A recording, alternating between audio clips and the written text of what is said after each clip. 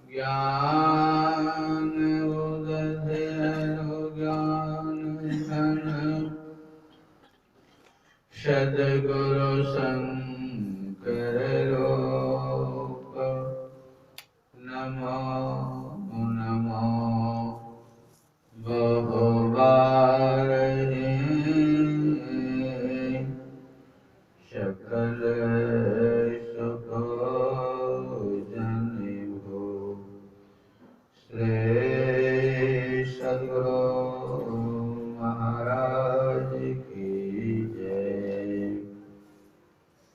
हम लोग सप्ताह ध्यान साधना के शिविर में बैठे हुए हैं। आज सप्ताह ध्यान साधना का चतुर्थ दिन है। अभी रामचरितमानस के तृतीय सोपान अरण्य कांड से पाठ हुआ। इसमें भगवान राम और लक्ष्मण जी का संवाद है। एक बार नम्रता पूर्वक लक्ष्मण जी ने राम जी से पूछा कि हे प्रभु, कृपा करके कहिए कि ज्ञान क्या है, विराग क्या है, भक्ति क्या है तथा ईश्वर और जीव के भेद को भी समझा कर कहिए। राम ने कहा, हे भाई, मैं थोड़े में सब समझा कर कहता हूँ, तुम चित्त देकर के सुनो। मैं और मोर तोड़ते माया, देवश कितने जीव निकाया। प्रभु राम लक्ष्मण जी से कहते हैं, मैं और मेरा, तय और तेरा सब माया है। माया कहते हैं उसको जो प्रतीत होता है कि है लेकिन है नहीं, उसी को माया कहते हैं। इसी को हमारे गुरु महाराज कहते हैं, मृगवारी सम सभी प्रपंचन, विषय सब दुख रूप है। निज सूरत को इनसे हटा, प्रभु में लगाना चाहिए। मृग एक जंगली जानवर होता है। रेगिस्तान में जब बिल्कुल भीषण गर्मी रहती है, जेठ वैशाख का महीना में, जंगल से वह जानवर निकलता है और सूर्य का किरण बालू पर, सूखी जमीन है, सूखी बालू पर सूर्य का किरण पड़ता है तो गर्मी के कारण लगता है कि नदी है, थोड़ी दूर में नदी है, पानी बह रहा है।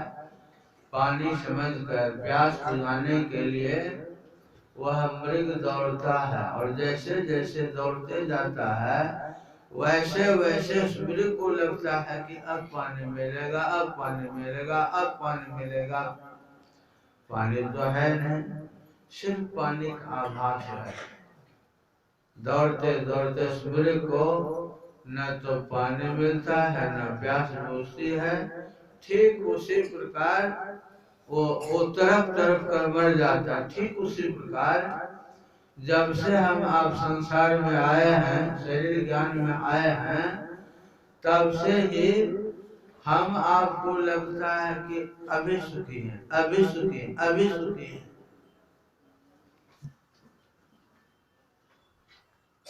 जैसे एक बच्चा मेला में खो गया, माँ बाप से बिछुड़ गया। बच्चा माँ बाप के बिना फूट फूट करके रो रहा है। किसी सज्जन को दया आ गई, उस बच्चे को गोद में उठा लिया, खिलौने के दुकान पर ले गया। वह सज्जन लाल, हरा, पीला, काला, उजला विभिन्न तरह का खिलौना है। बच्चा का ख्याल जिस खिलौना की तरफ जाता है, वह सज्जन खिलौना खरीद करके उस बच्चे को दे देता है। खिलौना पा करके बच्चा खेलने लगता है, रोना बंद हो जाता है। खेलते खेलते जैसे माँ का याद आया कि खिलौना को फेंक कर फिर बच्चा रोने लगता है। फिर वह सज्जन उस बच्चे को उठाकर मिठाई की दुकान पर ले जाता है, मिठाई को दिखाता है, विभिन्न तरह का मिठाई है। उस बच्चे का जिस मिठाई की तरफ ख्याल जाता है, उठाकर उस खरीद करके उस सज्जन उस बच्चे को दे देता है। वह बच्चा उस मिठाई को खाता है, बड़ा मीठा लगता, अच्छा लगता है। जब तक उसका उस बच्चे का स्वाद में बच्चे का मन लगा हुआ है, तब तक तो चुप रहता है। लेकिन जैसे माँ का याद आता फिर करके रोने लगता है।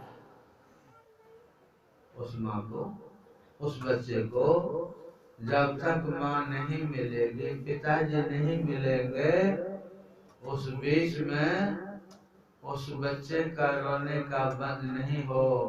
उस बच्चे को राष्ट्रपति भी आकर के समझाएगा, प्रधानमंत्री भी आकर के समझाएगा, और अनिल मुकेश अंबानी भी, बेटा चलो तुमको हम लखपति बना देंगे।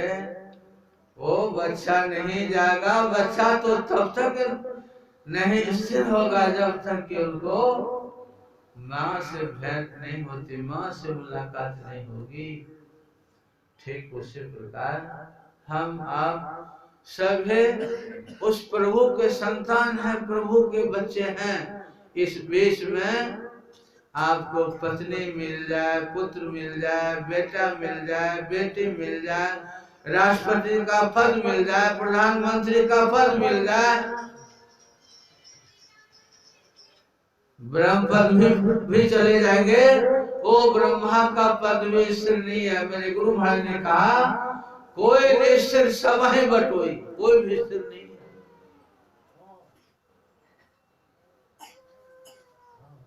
एक बार भगवान श्री कृष्ण को लोमस ऋषि से मुलाकात हुई। लोमस मतलब रोया, पूरे शरीर में उनका रोया ही रोया था। लोमस ऋषि को भगवान श्री कृष्ण देखते कि एक चटाई रखे हुए थे, उसी चटाई को कभी बिछावन भी बिछा लेते थे, कभी ओढ़ भी लेते थे। भगवान श्री कृष्ण कहते हैं कि ऋषि जी, आप सिर्फ एक चटाई से ही काम चलाते हैं, आप रहने के लिए कुटिया आश्रम क्यों नहीं बना लेते हैं? तो लोमस ऋषि कहते हैं कि भगवान, क्षणिक जीवन है, क्षणिक जीवन के लिए कौन जाता है घर द्वार बनाने के झंझट में फंसने के लिए? इसलिए मैं चटाई ओढ़ करके ही समय अपना काट रहा हूँ। तब तक भगवान श्री कृष्ण का नजर लोमस ऋषि के देह पर गया। 1 रुपया भर बालूड़ा हुआ था। तो भगवान श्री कृष्ण कहते हैं कि ऋषि जी, आपको कोई बीमारी हो गया है, इतने देर में इतना सा बालूड़ा हुआ है? तो लोमस ऋषि कहता है, यही तो मेरी आयु का नाम है। आपके आयु का नाम है? तब लोमस ऋषि कहते हैं, एक ब्रह्मा की जब मृत्यु होती है तो मेरा एक रोमन उठता है। हमारे शरीर में जितने बाल हैं उतने ब्रह्मा मर जाएंगे तब मेरी मृत्यु होगी। अब ब्रह्मा की आयु,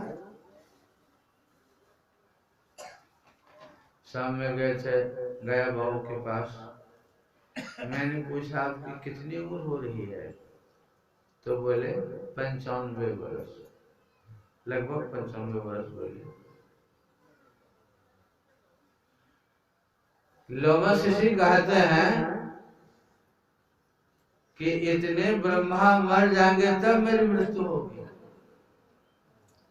अब ब्रह्मा की आयु सतयुग, त्रेता, द्वापर, कलयुग, चारों युग एक एक बार जब होते हैं तो उतने समय का नाम है चौकरी, एक चौकरी बोलते हैं उसको। सतयुग त्रेता द्वापर कलयुग एक एक बार हो जाएगा तो इतना समय का नाम है एक चौकरी।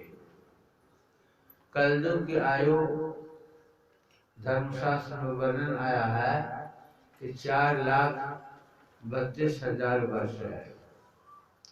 द्वापर की आयु 8,64,000 वर्ष है।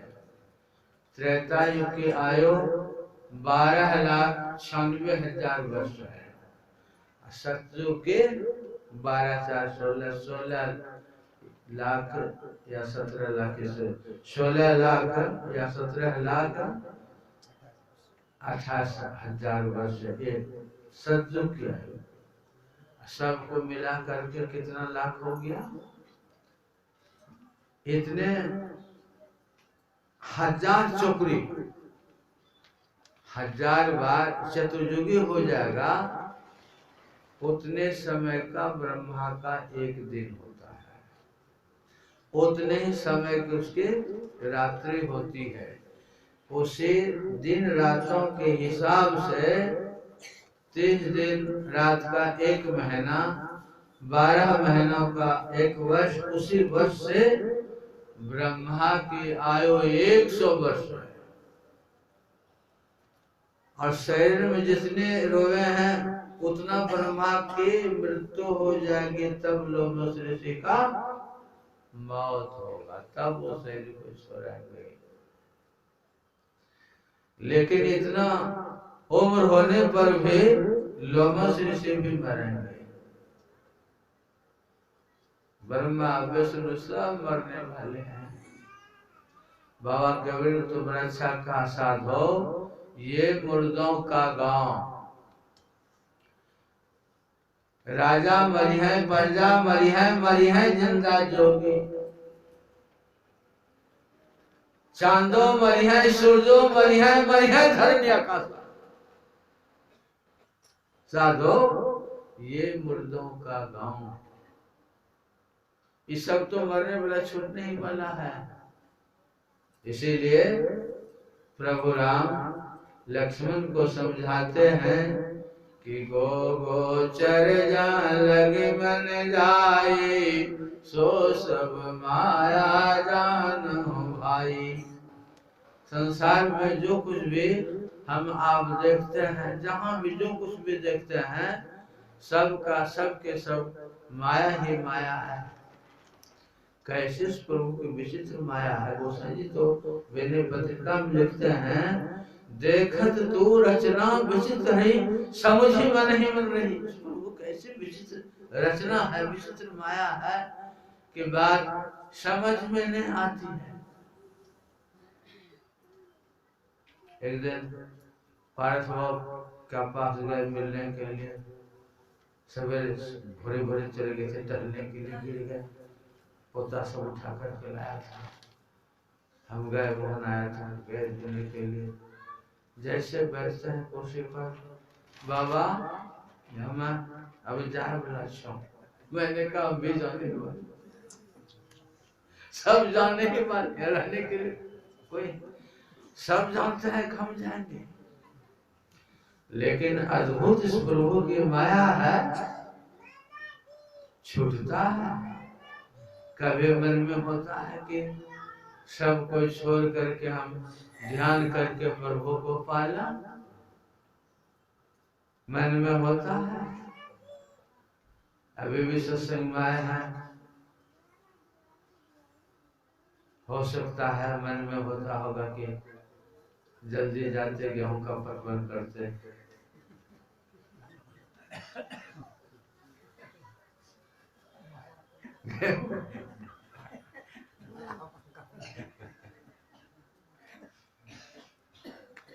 मन नहीं लगता, सब छूटने वाला है, लेकिन मन लगता है नहीं लगता। किस मसाला से परमात्मा इस माया को, संसार को बनाया है। हम आप सभी देखते हैं, शरीर माँ के गोद में थे, गोद छूट गया, बच्चों के साथ खेलने लगे, खेलना भी छूट गया। पढ़ने लगे, पढ़ना भी छूट गया। विवाह शादी किए, बाल बच्चे हुए, बाल बच्चे भी छूट रहे, जा रहे हैं। बेटी भी ससुराल चली गई, बेटी भी छोड़कर चली गई। अब बेटा भी दिल्ली में कौशल बना हुआ है। उसकी बहू आपके पास रहेगी कि बेटा के पास? कौन आपको रोटी बना कर खिलाएगा? कितनी आशा से हम बच्चों को पालते हैं, लेकिन उससे भी सुख नहीं मिलता। अरे औरों की बात जाने दीजिए, जिस शरीर में हम आप हैं, ये शरीर भी हमारा आपका साथ छोड़ रहा है, ये भी शरीर छोड़ रहा है। गुरुराज की वाणी में है, क्षण क्षण पल पल समय छिरा, क्षण क्षण पल पल समय छिरा रहा, समय आ रहा है।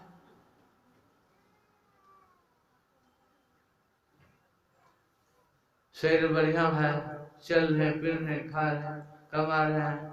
एकाएक ऐसा शरीर रोगी हो गया कि किसी काम के लायक नहीं। फिर भी एक सेठ जी मरणासन हो गए। अच्छे पैसे वाले थे, बड़े बड़े डॉक्टरों को बुलाए, सलाइन वगैरह चढ़ाने लगे, अच्छी अच्छी दवाई उनको देने लगे। अच्छी दवाई का सेवन करने से होश में तो आ गया, बेहोशी खत्म हो गई, होश में तो आ गया। और जैसे उनके लड़कों ने सुना, बहुत पैसे वाले थे, दूर दूर दिल्ली, बनारस, कलकत्ता सब में रहते थे। जैसे सुना कोई एरोप्लेन से, कोई हवाई जहाज से, कोई हेलीकॉप्टर से, कोई राजधानी एक्सप्रेस से, सब भागते भागते आए। अभी तक आंखें नहीं खुली है, होश में आ गया है। बच्चे सभी आसपास में जितनी बेटी बेटियां जो भी हैं, सब निकट में बैठे हुए हैं। तो आंख बंदे में पूछते हैं कि मेरे पास कौन कौन है?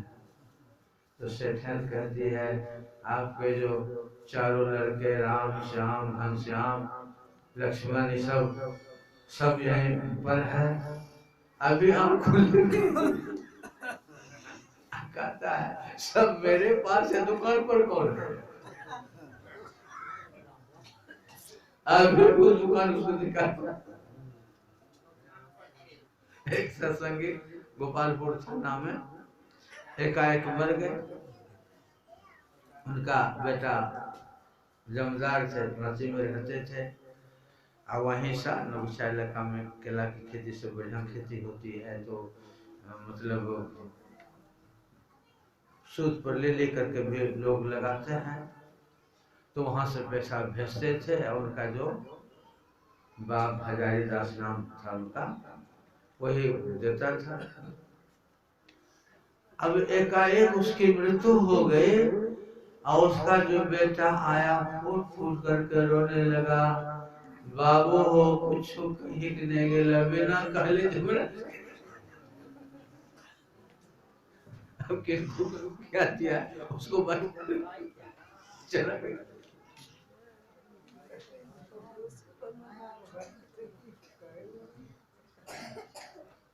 कैसी अद्भुत माया है। हम आप सभी देख रहे हैं कि एक दिन छूट जाएगा। बाप पलटू ने बड़ा अच्छा कहा, नहीं मुख राम गाओगे, आगे दुख बड़ा पाओगे। राम बिन कौन तारेगा, पकड़ जमदूत मारेगा। कबो सत्संग न किन्हा, भूखे को ना कुछ दिन्हा। माया और मोह में भूले, कुटुंब परिवार लगे फूले। पूछे धर्मराज जब भाई, बचन मुख ना कही आई। पर तो दास लखे रोया, सुगर तन पाए के खोया। सुगर मना अच्छा घर, सुंदर घर पा करके इस मोह ममता में हम आप हो रहे हैं। कैसे उस प्रभु की अद्भुत माया है। एक साधारण आदमी ऐसा ऐसा मैंने खेल दिखाता है कि हम आप सारे उस पर प्रभावित हो जाते हैं, समझ नहीं पाते हैं, आकर्षित हो जाते हैं। देखते हैं आपके सामने में एक बच्चा को लेटा दिया, डमरू बाजार है, लोग जुड़ के साथ साथ जुड़ जाता है, बच्चा को लेटा देता है, उस पर चादर ढक देता है और सबके सामने उसके गला में छुरा से काटता है। वो कर रहा है, खून से वहां पर बह गया। अब कहते हैं बाबू ये बच्चा मर गया, दीजिए दो, दीजिए आप पास। तुरंत चारों तरफ से रुपया 2 रुपया फेंकने लगता, तुरंत कुछ पैसा बचो। आप उसके बाद फिर बच्चा उठ के चल देता, कितना प्रभाव डाल देता है।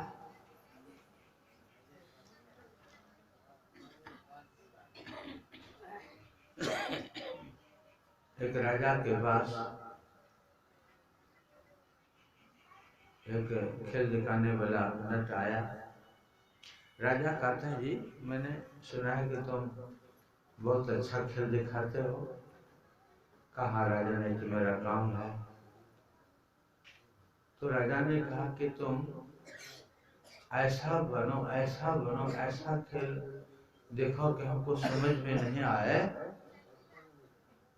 तुम हमको ठग लोगे तो बहुत इनाम दूंगा मैं तुमको।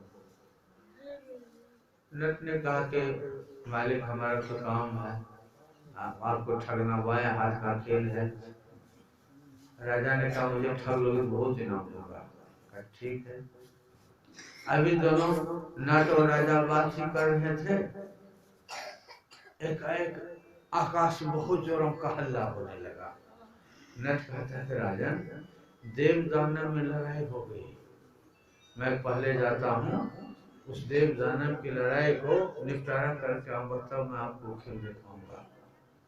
अच्छा मैं तो जा रहा हूँ, ये मेरी पत्नी है, इस पत्नी को आप देखिएगा, यानी कि हम उधर जाए, मेरी पत्नी को घर में घुसा लीजिएगा। मंत्री से बैठ करे राजा को, पत्नी में तुम्हारी पत्नी को रखना, तो जाओ तुम जाओ। नट कहता हमारी पत्नी है, हमारा काम है व्यवस्था करना, हम कुछ कह सुन करके नहीं जाएंगे, तुम जाओ कोई बात नहीं है। वह नट झोला से रस्सा निकाला और रस्सा को ऐसे फेंक दिया, लाठी की तरह खड़ी हो गई और वो जाने लगे, उस रस्सा को पकड़ कर जाने लगे, जाते जाते जाते जाते कुछ दूर तो दिखाई पड़ा, उसके बाद वो अदृश्य हो गया। थोड़ी देर बाद एक बांह कट कर ऊपर से धड़ाम से गिरा। नटिन कहती है कि राजा मेरा पति जो गया था देव दानव का लड़ाई समाप्त करने के लिए, निपटारा करने के लिए, लगता है कि मेरा पति मर गया, ये मेरे पति का ही हाथ है। इतना भी कह रही थी कि तब तक दूसरा हाथ भी गिर गया। अब पत्नी कहती है कि मैं पतिव्रता स्त्री हूँ, चिता लगवा दीजिए, मैं सत्य हो जाऊं। लोग उनको समझाने लगे, अरे हाथ से पहचान होता है। इतना कहना था कि एक पैर भी कट कर गिर गया, समझाए रहते दूसरा भी पैर कट के गिर गया। अभी बातचीत ही कर रही थी, ये रो कर कह ही रही है कि मेरा पति मारा गया, चिता रख दीजिए, तब तक उधर से धर भी गिर गया। अब और रोने लगी, मैं आप लोगों से कहती हूँ मेरी बात सुनते नहीं हैं। लोग समझाने रहे पहचान तो सर से नहीं होता है, धर से पहचान होता है। अगर तुम्हारा पति मारा होगा तो सर भी गिरेगा, सर गिरेगा, पहचान लोगे तो हम लोग चिता लगा देंगे। बात कह रहे तो धराम से सर भी गिर गया। अब खूब रोने लगे, मैं ठीक कहती थी ना, देखिए मेरा ही पति है ना। सबने देखा कि इसका ही पति है, तो चिता लगा दिया, उस चिता पर नट के लाश को रख दिया और उसकी पत्नी भी जल करके स्वाहसती हो गई। जब वह जल गई तो उधर से नट उतरता है और जैसे उतरता है तो कहते हैं सबको देखते हैं मेरी पत्नी नहीं है। अब एक दूसरे का मुख देखने लगा, अवाक रह गया, पत्नी तो जल गई, अवाक। तब मंत्री कहते हैं देखो बात ऐसी है, जब तुम यहाँ से गया तो थोड़ी ही देर में तुम्हारा हाथ गिरा, पैर गिरा, धड़ गिरा, तुम्हारा सर गिरा, और तुम्हारी पत्नी ने कहा कि मेरा पति मारा गया, सुचिता जी सती हो जाएंगे, तो तुम्हारी पत्नी तो सती हो गई। तो नट कहता कि हाँ आप हमको सिखाते हैं। लाला जी वाले कहानी ना, एक लाला जी कहीं विदेश में बाहर रहते थे, और एक लाम की पत्नी सवेरे सवेरे नख बनाने के लिए, नाक सब रंग लगाने के लिए औरत की जाती है, वो गई। लाला की पत्नी सवेरे सवेरे गई थी, सोकर उठी भी थी, शरीर मुँह ऐसे उदास जैसा था, जो बैठी हुई थी। और वो लौट जाती है, अपने नाई से आकर कहती है कि नाई जी मालकिन तो विधवा हो गई। सच विधवा हो गई? कहा विधवा हो गई? सवेरे सवेरे से बाल सब बिखरा हुआ था, ऐसे बैठी थी। नाई तुरंत जहाँ लाला जी रहते थे वहां चले गए, और लाला जी से कहते हैं कि मालकिन तो विधवा हो गई। सच विधवा? इतना तो लाला जी सुने, वो भी फुट फुट करके रोने लगे। साथी संगी लोग दौड़ करके आ गए, कहते हैं क्या हो जी, कहा रोने लगे? देखिए मेरे घर से मेरा नाई आया है, कहता है मेरी पत्नी विधवा हो गई। कैसा तुम आई हो, तुम्हारी पत्नी कैसे विधवा हो गई? उन लाला जी कहते हैं मेरे रहने से क्या होगा, एक मेरी बहन विधवा हो गई, मेरी चाची विधवा हो गई, मेरे रहने से क्या होगा? ये सब कैसे विधवा हो गई? वही नथ कहता, वही लाला जी वाली बात बोलते हैं, मैं भी यही हूँ, मेरी पत्नी विधवा होगी, अगर आप कहीं आपके घर से मैं निकालूं तो राजा ने जोश में आकर कहा था, अगर निकालोगे तो मैं इतना रुपया दे दूंगा। उनके दरवाजे पर जाते हैं, और हे नथनों के माँ इधर से दौड़ते हुए क्या देखिए, अब दीजिए हमको इनाम का खेल दिखाओ। अरे मेरा खेल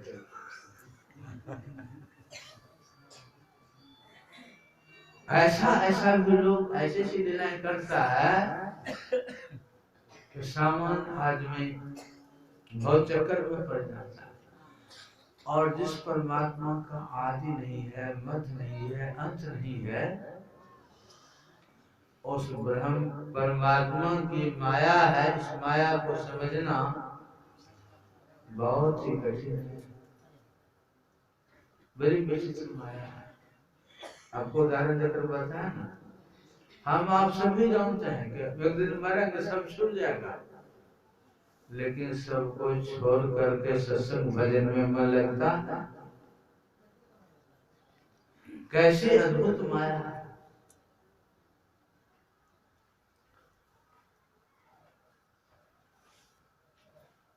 नीचे की पंक्ति में है, एक गोगोचर जहाँ लगमन जाए, सो सब माया जानो भाई, तेकर भेद सुनो तुम सो, विद्या अपर अविद्या दो, एक दुष्ट अस्य दुख रूपा, जा बंसी पराभव कोपा, एक रसे जब गुणवश जाके प्रभु प्रेरित नहीं निज बलता के। ये जो रचना होती है, कैसे उस परमात्मा के विशेष रचना है। हम आप सोचते हैं कि कुछ दान करेंगे, कुछ पुण्य करेंगे, पुण्यार्थ कर्म करेंगे, तो शरीर तो एक दिन छूटेगा, लेकिन शरीर छोड़ करके हम ब्रह्म लोक चले जाएंगे, शिव लोक चले जाएंगे, तो हमको बड़ी शांति मिलेगी। शिवलोक में भी शिव जी को भी शांति नहीं मिली, ब्रह्मलोक में भी ब्रह्मा को भी शांति नहीं मिली, भगवान विष्णु को भी शांति नहीं मिली। भगवान विष्णु के लोक में जय विजय दो द्वारपाल रहते थे और आदि ऋषि सनक, सनंदन, सनातन, सनत कुमार, ये आदि ऋषि माना गया है। ये चारों ऋषि बड़ा छोटा सा बालक जैसा लगता था, अभी भी शायद कहते बच्चे जैसा लगता है। वो चारों ऋषि भगवान विष्णु से मिलने के लिए जाना चाहते थे और जय विजय जो दो द्वारपाल थे उनको नहीं जाना। बहुत इन्होंने आग्रह किया, नहीं माना। ऋषि को क्रोध आ गया और श्राप दे दिया कि जाओ, मैं 3 जन्मों के लिए तुम लोगों को श्राप देता हूं, राक्षस योनि में जाओ। श्राप देता। अब भगवान विष्णु के लोक में रहने वाला जय विजय विष्णु लोक में श्राप मिला और वही जय विजय हिरण्यकशिपु हिरण्याक्ष था और वही जय विजय रावण कुंभकर्ण हुआ था। इसी तरह से वही 3 जन्मों के लिए श्राप था। अब भगवान विष्णु के लोक में भी क्रोध होता है और वहां रहने वालों को भी राक्षस योनि में जाना पड़ा। भगवान शिव का एक भक्त था भस्मासुर। उस भस्मासुर ने भगवान शिव की आराधना की। भगवान शिव प्रकट होकर का वस्त्र मांगो। भस्मासुर ने कहा कि जिनके माथे पर हम हाथ रख दें जलकर भस्म हो जाए। भगवान शिव ने ये मस्तूक कह दिए। जैसे ये मस्तूक है कि भस्मासुर ने सोचा कि पहले इन्हीं को जला देते हैं, इनकी पत्नी को हम ले लेंगे। अब भगवान उन्हीं से आशीर्वाद प्राप्त करके अब भस्मासुर चला भगवान शिव को माथे पर हाथ रखने के लिए। अब भगवान शिव भागे वहां से। अब आगे आगे भगवान शिव भागते जा रहा है, भस्मासुर पीछे से ऐसे हाथ उस पर रखने के लिए दौड़ते जा रहे हैं। भागते जा रहे हैं, ये दौड़ते जा रहे हैं। भगवान विष्णु सोचा तो बड़ा गड़बड़ हो गया। बस भगवान विष्णु माँ पार्वती के रूप में प्रकट सामने में आ गए और माँ पार्वती कहती हैं, काहे उसके पीछे आप लगे हुए हैं? अरे हम राज्य हमारे वासिन को जलाना चाहते, हम राज्य छोड़ दे, उनको जाने दीजिए। अभी रुक, पार्वती राजी हो गई तो काहे को जलाने के लिए कहेंगे? रुक गए। अब माँ पार्वती कहती हैं कि हमारे जो शिव हैं वो हमको नाच करके दिखाते थे, आप भी हमको नाच करके दिखाइए ना। तो पूछते कैसे नाच करते थे? जो बताया, एक हाथ माथे पर, एक हाथ कमर पर, इस नाच कर दिखाते। इनको हो तो जैसे माथे पर जलकर स्वाहा हो गया। इसलिए पूरी सृष्टि में जितना भी लोक लोकांतर सब माया के अंतर्गत है। इसीलिए तो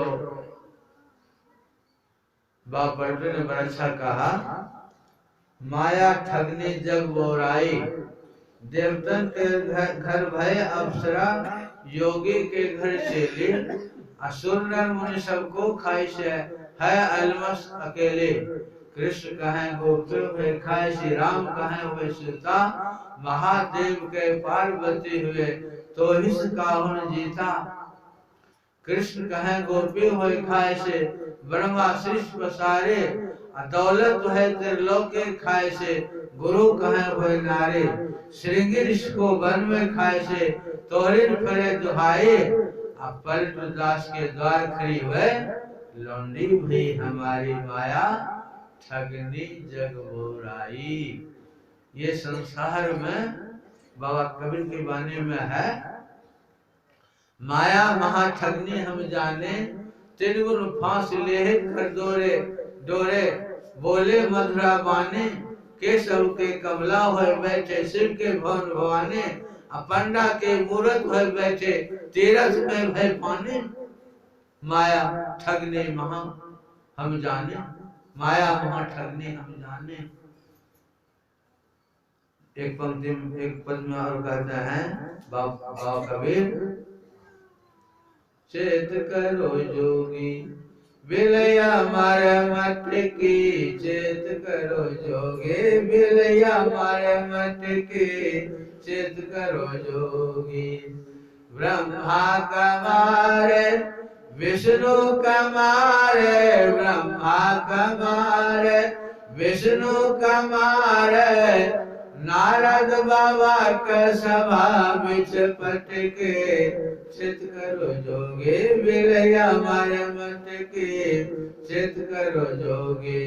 ज्ञाने कमारे ध्याने कमारे, ज्ञाने कमारे ध्याने कमारे, पंडित बाबा के वेद सब सटके, चित करो जोगे बिलया मारे मत के, चित करो जोगे। कहे कबीर एक बेर हमरो पर झपटे, कहे कबीर एक बेर हमरो पर झपटे, काशी से लेकर मगा में पटके, चित करो जोगी बिलया मारे मत के, चित करो जोगी।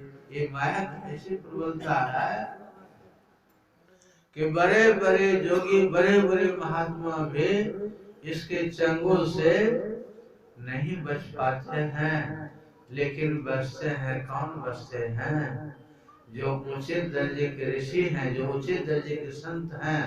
आपको मैंने कहा कि बाबा पलटो ने कहा लौंडी भई हमारी, लौंडी मतलब होता है बेटी। उत्तर प्रदेश में बेटी को लौंडी बोलते हैं। बाबा पलटो कहते हैं कि लौंडी भई हमारी, मतलब जो ऊंचे दर्जे के संत होते हैं, उस संत के सामने में माया का कुछ भी नहीं चलता। इसी कलिकाल में, इसी कलयुग में मीराबाई भी थी। इसी कलिकाल में रामकृष्ण परमहंस देव भी थे। इसी कलिकाल में महर्षि महे परमहंस देव भी थे। लेकिन कोई माया आकर्षण कर सका? जो सच्चे गुरु के भक्त होते हैं वो माया के आकर्षण में आकर्षित नहीं होते। मीराबाई को लीजिए, वो राजकुमारी थी, लेकिन भगवान श्री कृष्ण से ऐसा स्नेह, ऐसा प्रेम हुआ। उनकी वाणी में है, बाल बने तो मेरा कन्हे गिरधर संग बिताए। मेरा जब बिल्कुल बच्ची थी,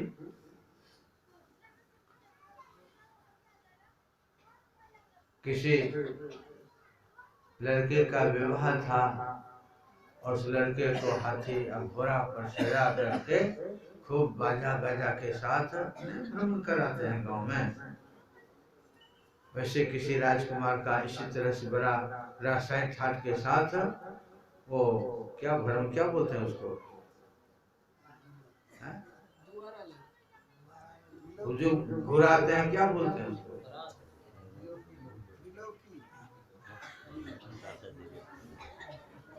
अरे बड़ा जो लगता नहीं, खूब सजा करके लड़का लड़की खूब उछलती नाचती है, देख बजा वही उसको घर में भुला रहे थे। तो सारे के सारे माताएं महिला सब दौड़ करके आ गए। मीरा छोटी सी बच्ची थी, वो भी माँ के साथ है, वो भी देख रही है। अपनी माँ से कहती कि माँ वो हाथी पर कौन है? तो का फलाना का दुल्हा है। तो मेरा छोटी बच्ची थी, वो कहते मेरा दुल्हा कहाँ है? जिद्दी थी, लगा दी, नहीं बच्चा कभी जिद था है, वो जिद लगा दी। तो उसकी माँ भगवान कृष्ण की मूर्ति थी, मंदिर था, वही तो मेरा दुल्हा है। अब उसी समय से मेरा भगवान श्री कृष्ण को ही पति मान ली, और बचपन से ही बड़ा उस मंदिर में वो रहते थे, पूजा पाठ करते थे, और उनको किसी से कोई मतलब बचपने से वो भगवान कृष्ण के मंदिर में जाना, पूजा पाठ करना, उसी में लगे रहते थे। और इस तरह से पूजा पाठ करते करते सयाने भी हो गई। तो लड़की का तो अपने यहाँ विवाह करना पड़ता है। लेकिन उनके जो मीरा जी के दादाजी थे, उसका नाम था दूधा जी। इतना भक्ति में सरोवर रहते थे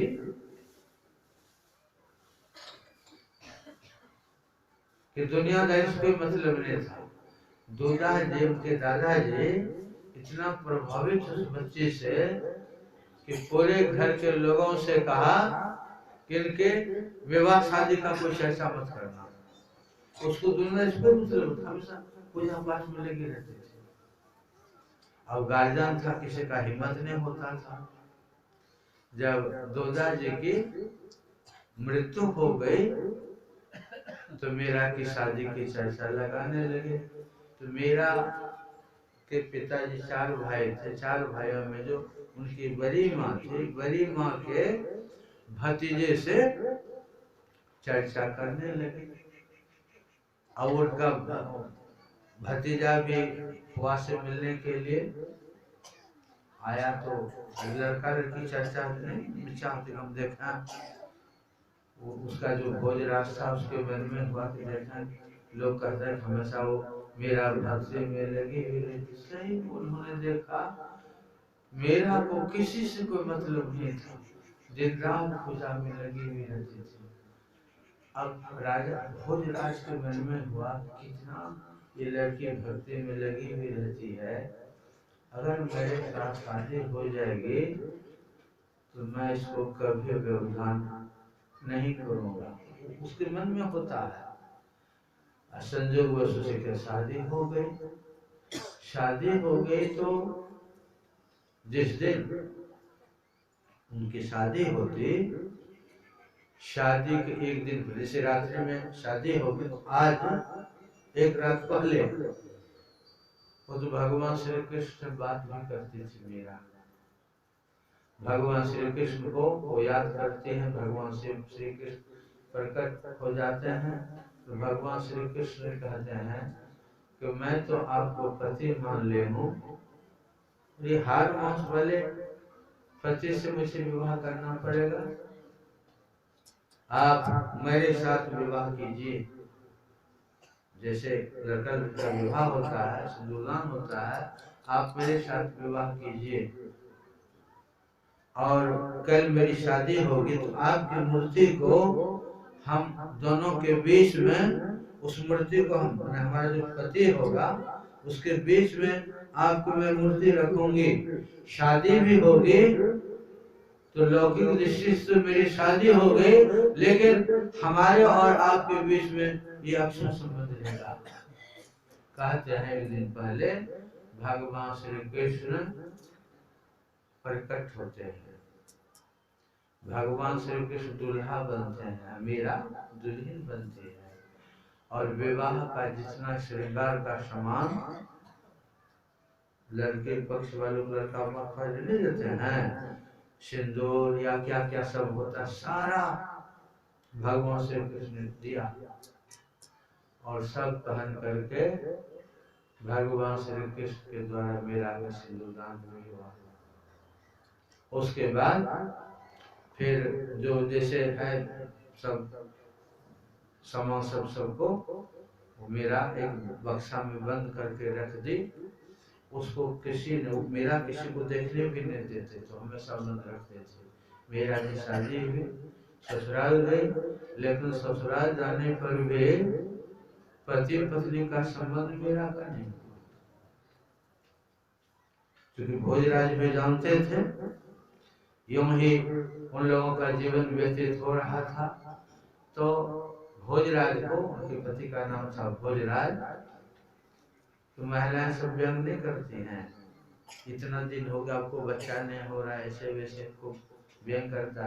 अब मेरा के सामने उनके ऊपर औरतें सब ताना भरते थे, मारते थे, तो उनके सामने उनके पति को जो इस तरह से लोग मना करते थे, तो मेरा को बड़ा बुरा लगता था। मेरा एक दिन अपने पति भोजराज से कहते हैं कि देखिए, हमारे सामने में आपको लोग इतना क्रश करते हैं, हमको अच्छा नहीं लगता है।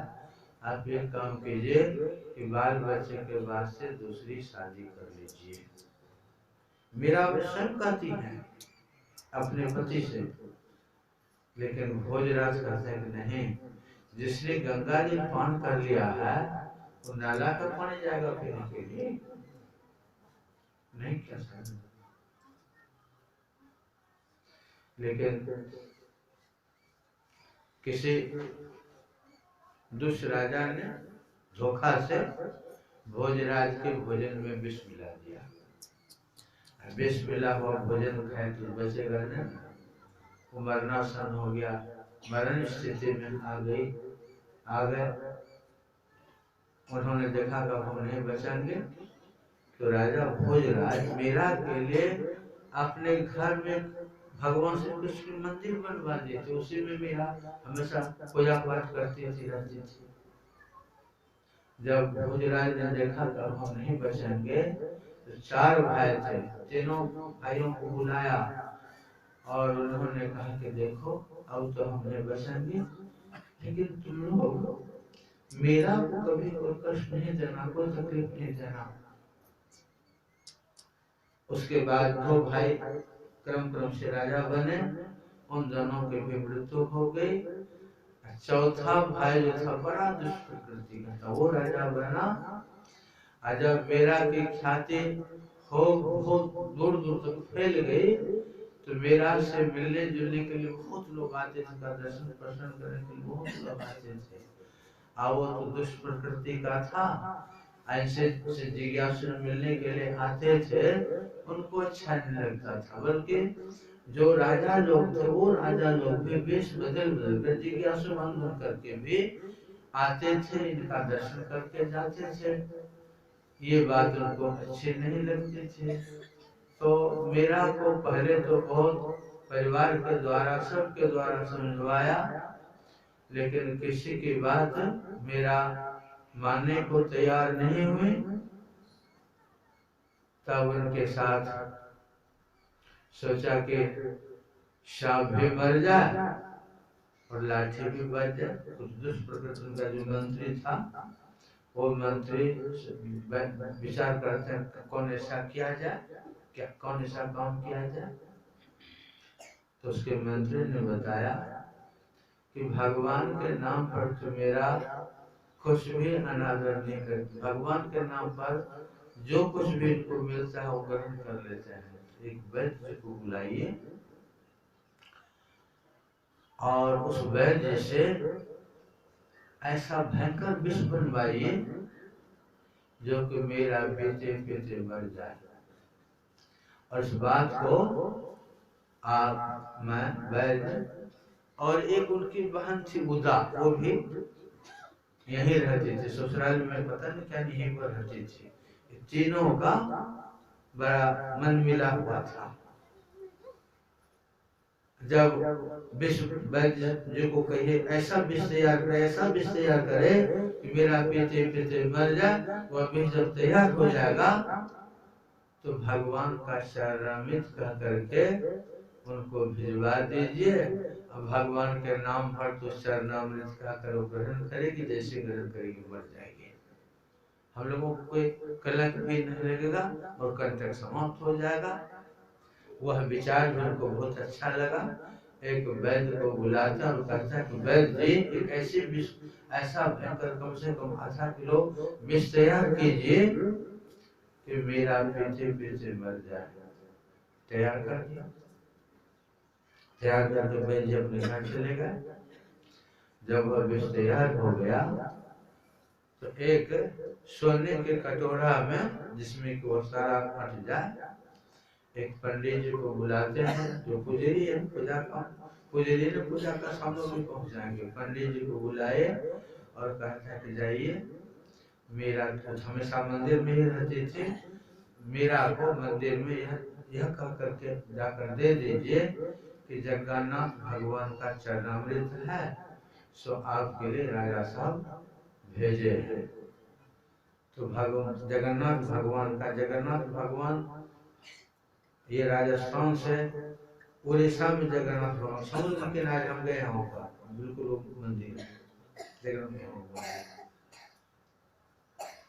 पंडित जी उस विष को लेकर जाते हैं। मीरा जी से कहते हैं, मीरा जी ये राजा साहब जगन्नाथ भगवान का चरणामृत आपके लिए भिजवाए हैं। तो मीरा जी पूछती हैं कि जगन्नाथ भगवान का दर्शन करने के लिए कौन गए थे? वो पूछती है। तो पंडित को कोई पता थोड़ा था, हमको पता सब है, लेकिन झूठ बोलता है। गोसाई तुलसीदास दासी ने कहा कि जो विकृत वाले लोग होते हैं उनका सारा प्रत्येक कार्य झूठाई से भरा रहता है। झूठ है लेना, झूठ है देना, झूठ है भोजन, झूठ से बना प्रत्येक कार्य का झूठाई से भरा हुआ रहता है। पंडित जी कहते हमको कोई पता नहीं, हमको राजा भेजे हैं आपको देने के लिए मैं आया हूँ। ठीक है। बड़े सहज ढंग से दोनों हाथ से उस कटोरा को, सोने के कटोरा को ले लेते हैं और भगवान श्री कृष्ण की जो मूर्ति थी उस मूर्ति के सामने उस कटोरे को वो रख देती हैं और आंख बंद करके अपने प्रभु की प्रार्थना करने लगे। थोड़ी देर तक प्रार्थना करने के बाद फिर वे आंखें खोलती हैं और आंखें खोलकर दोनों हाथ से उस कटोरा को पकड़ती हैं। मीरा की जो सरलता, ये सहजता थी, उदा का हृदय पलट गया। तो जानती थी भयंकर विषय, जैसे मीरा बाई दोनों हाथ उस कटोरा को पकड़ती हैं और पीने के लिए जैसे अपने ओठ की तरफ ला रही हैं, वो बड़े जोरों से चिल्लाते हुए दौड़ती है, भाभी महाराज रुक जाओ, भाभी महाराज रुक जाओ, वह चरणामृत ले, वो तो हलाल विष है, आकर उसका बात। देखिए कितना परिवर्तन हो गया।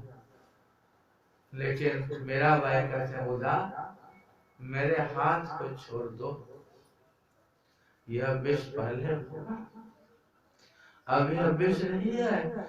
ये तो मैं प्रभु के चरणों में चढ़ा चुकी हूँ, इसलिए चरणामृत है। और ओठ लगाकर घट घट करके सब पी गई। अब पंडित जी को कटोरा थमा देती है। कटोरा लेकर के खड़े हैं, भयंकर विष है। वैद्य ने कहा था कि विष पीते पीते वो मर जाएगी, और विष को पी करके मेरा भाई के चेहरे पर कोई असर नहीं हुआ। मेरा भाई अपना जो वाद्य यंत्र था उस वाद्य यंत्र में गाने लगे, पग घुंघरू बांध मेरा नाची रे, पग घुंघरू बांध मेरा नाची रे, मैं तो अपने नारायण के अपने हो गए दास रे, पग घुंघरू बांध। वो चेतन महाप्रभु भी भजन गाते गाते समाधि में चले जाते थे। ये भजन गाते गाते भजन में मशगूल, अब वो तो वैद्य देख रहा था, अब मरेगा, तब मरेगा। कुछ देर हो गई, मीरा के चेहरे पर कोई भी मलिनता नहीं आई। ओझा और पंडित जी कटोरा लेकर राजा के पास गया। यहाँ तो सांकेतिक बात करनी थी ना। राजा ने पूछा इशारा से, क्या हुआ? पंडित जी कहते कुछ नहीं हुआ। अब राजा का तो टेम्परेचर हाई हो गया कि वैद्य ने हमारे साथ दगाबाजी किया। सिपाही को भेजते हैं, वैद्य को बुलाते हैं। जैसे वैद्य आते हैं, कहता है अरे वैद्य, तो मेरे ही राज में रहता है, मेरा ही जन खाता है, मेरा ही कपड़ा पहनता है, मेरा ही पानी पीता है, और मेरे साथ तुमने दगाबाजी किया। महाराज, वैद्य कहता महाराज मैंने क्या दगाबाजी किया? यह दुष्ट राजा कहता है कि तुमसे मैंने कहा था ऐसा विष तैयार करो कि मेरा पीते पीते मर जाए। मेरा तो मरी नहीं, तो तुमने दगाबाजी नहीं किया। वैद्य कहता है महाराज, उस ऐसा भयंकर विष मैंने बनाया था, उतना विष अगर हाथी पिएगा तो हाथी भी मर जाएगा, आदमी के लिए तो 2 बूंद ही काफी था।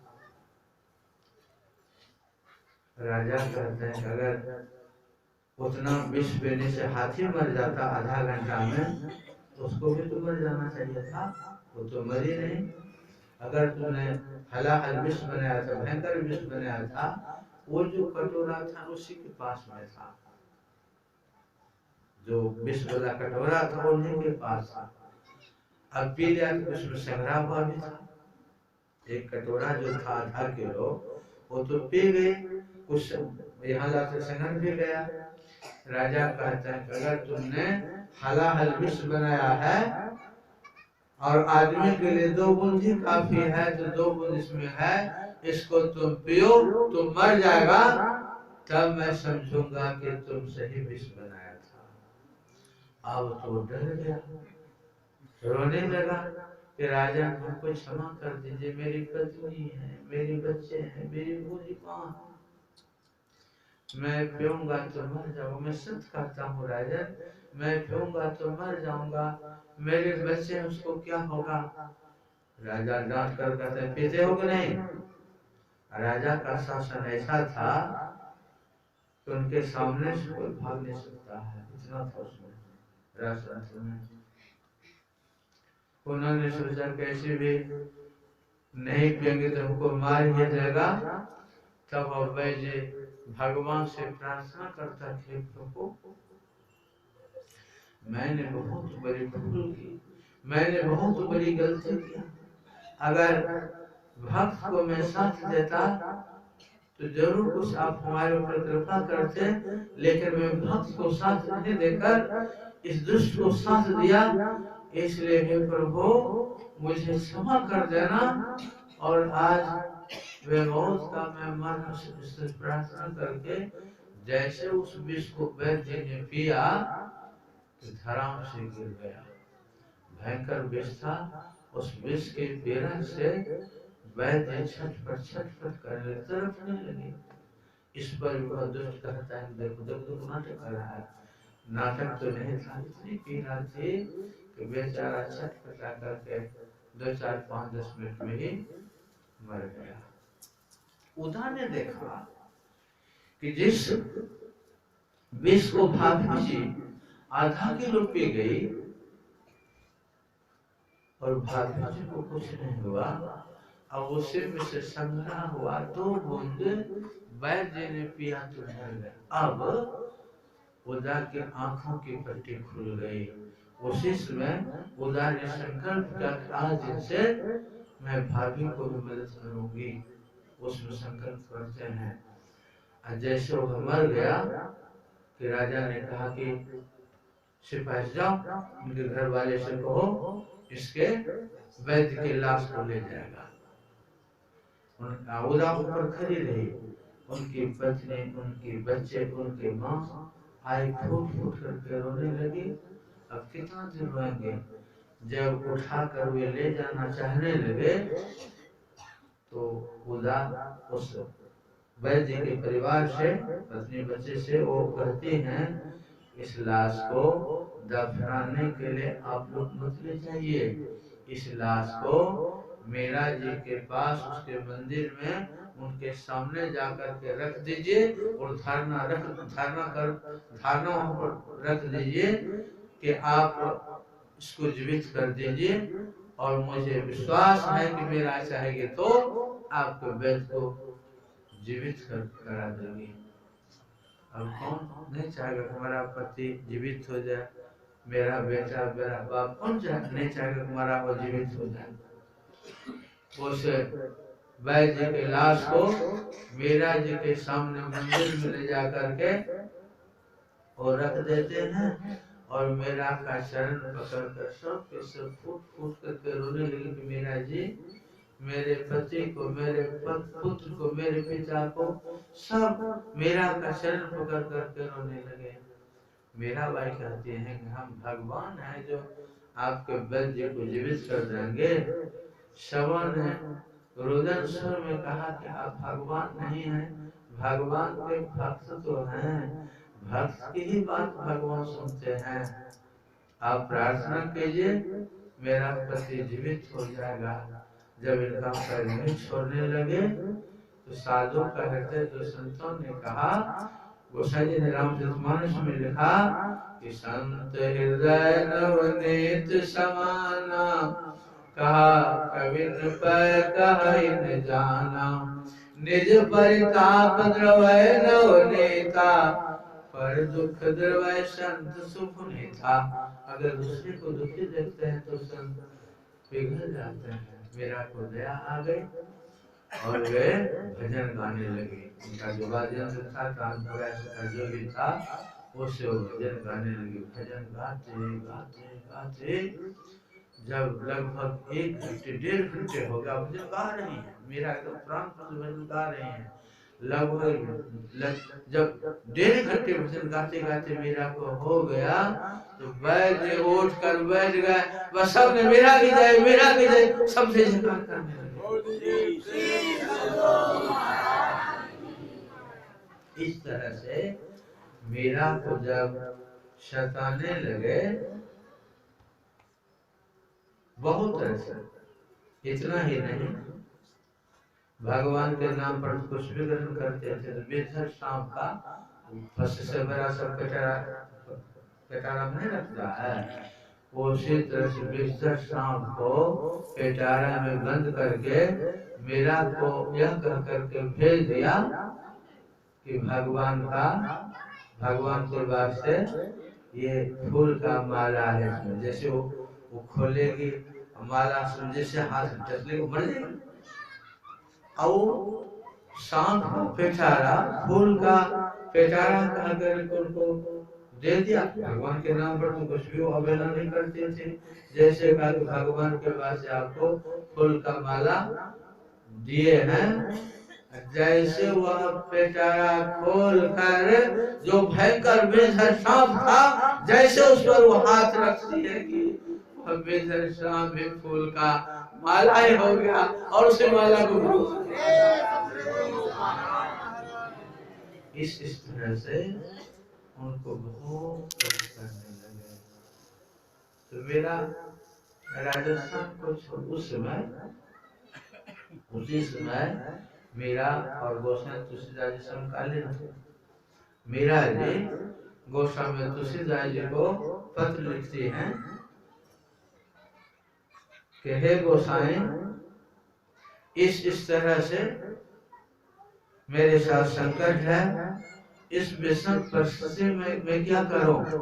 एक पंडित जी को पत्र लिख करके मीरा जी भेजे हुए थे, जिसके जवाब में गोस्वामी तुलसीदास जी लिखते हैं, जाके प्रिय राम वैदेही तज्जो ताहि कोटि बैरी समझदापि परम से नहीं। कहता है मीरा, जिसको राम और सीता प्रिय नहीं है तो चाहे संसार में बहुत तरह से स्नेह करते हैं, लेकिन भगवान के भक्ति में विरोध करते हैं तो करोड़ों बैरी के समान उसके त्याग दो।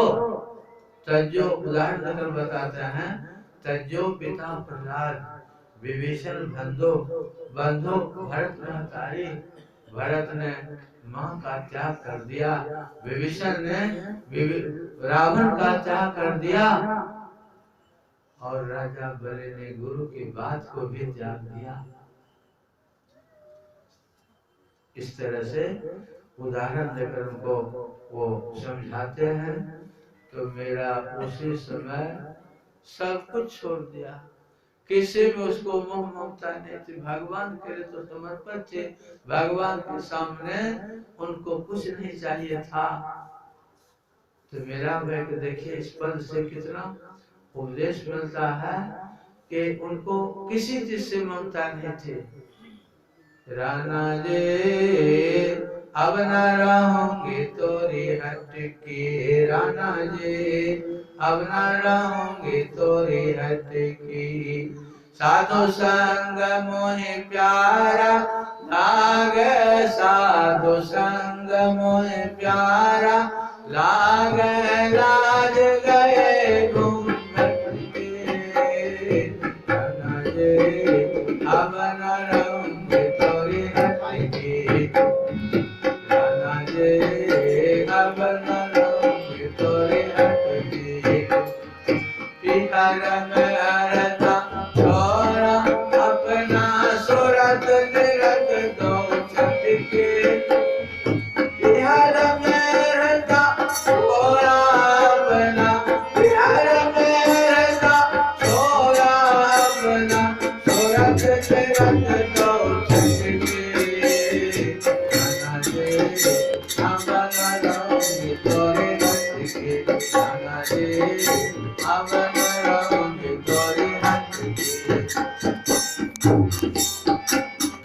साधु संग मोहि प्यारा लागे, साधु संग मोहि प्यारा लागे, लाज गए घूंघट के, राना जे अब न रहूंगी तोरी हट की, राना जे अब न रहूंगी तोरी हट की,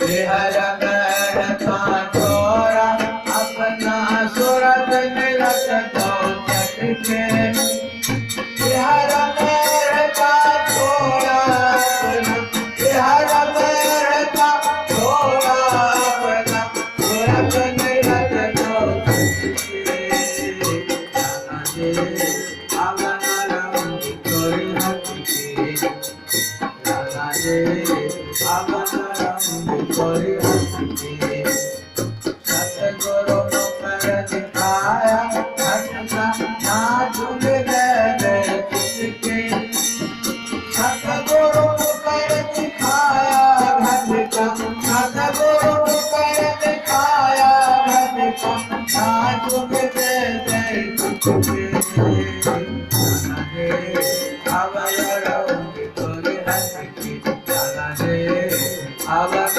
रहूंगी तोरी, हार शिकार सफेलो अपना जोड़े करके बच के, हार शिकार सफेलो अपना, हार शिकार सफेलो अपना जोड़े करके बच के, राना जे अब न रहूंगी तोरी हट की, राना जे अब न रहूंगी तोरी हट की, महल के लारन मोहिन चाहिए सारे रेशम कट के, महल के लारन मोहिन चाहिए, महल के लारन मोहिन चाहिए सारे रेशम कट के, राना जे अब न रहूंगी तोरी हट की, राना जे अब न रहूंगी तोरी हट की, ओए दीवाने अब मेरा डोले केस लगा सब छिटके, ओए दीवाने अब मेरा डोले, ओए दीवाने अब मेरा डोले केस लगा सब छिटके, राना जे अब न रहूंगी तोरी हट की, राना जे अब न रहूंगी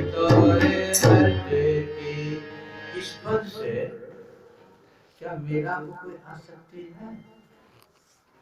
अगर उनका जबर विरोध करते थे, वो तो उसके अधिकारी थी, बड़ी भाई की पत्नी थी, वो तो विरोध कर सकती थी, लेकिन कुछ नहीं।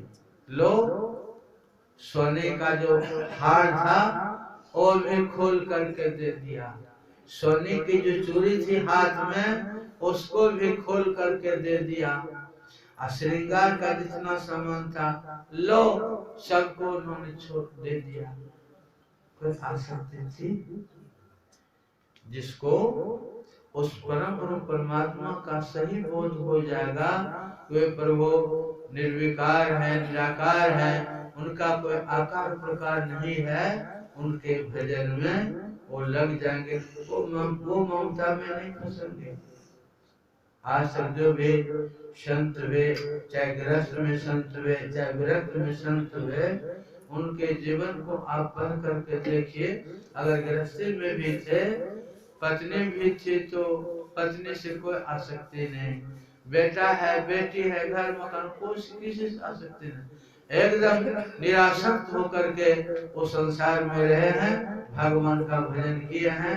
तो जो ये प्रभु की जो दुष्टर माया है, इस माया से अपने मन को उठा लेंगे, मन को हटा लेंगे और संतों के ज्ञान के मुताबिक ठीक ढंग से भजन करेंगे और भक्ति में जो परमात्मा का माया रहित स्वरूप है, उस स्वरूप का भजन करने में मन लगाएंगे और भजन करते करते उस माया के स्वरूप को अगर हम जान लेंगे तो हमारी आपकी माया कुछ भी नहीं बिगाड़ेगी, माया से हम आप परे हो जाएंगे। तो ये माया के संबंध में अभी पाठ हुआ था, उसी पर थोड़े सत्संग में कहा गया, आपको 5 बोल गए।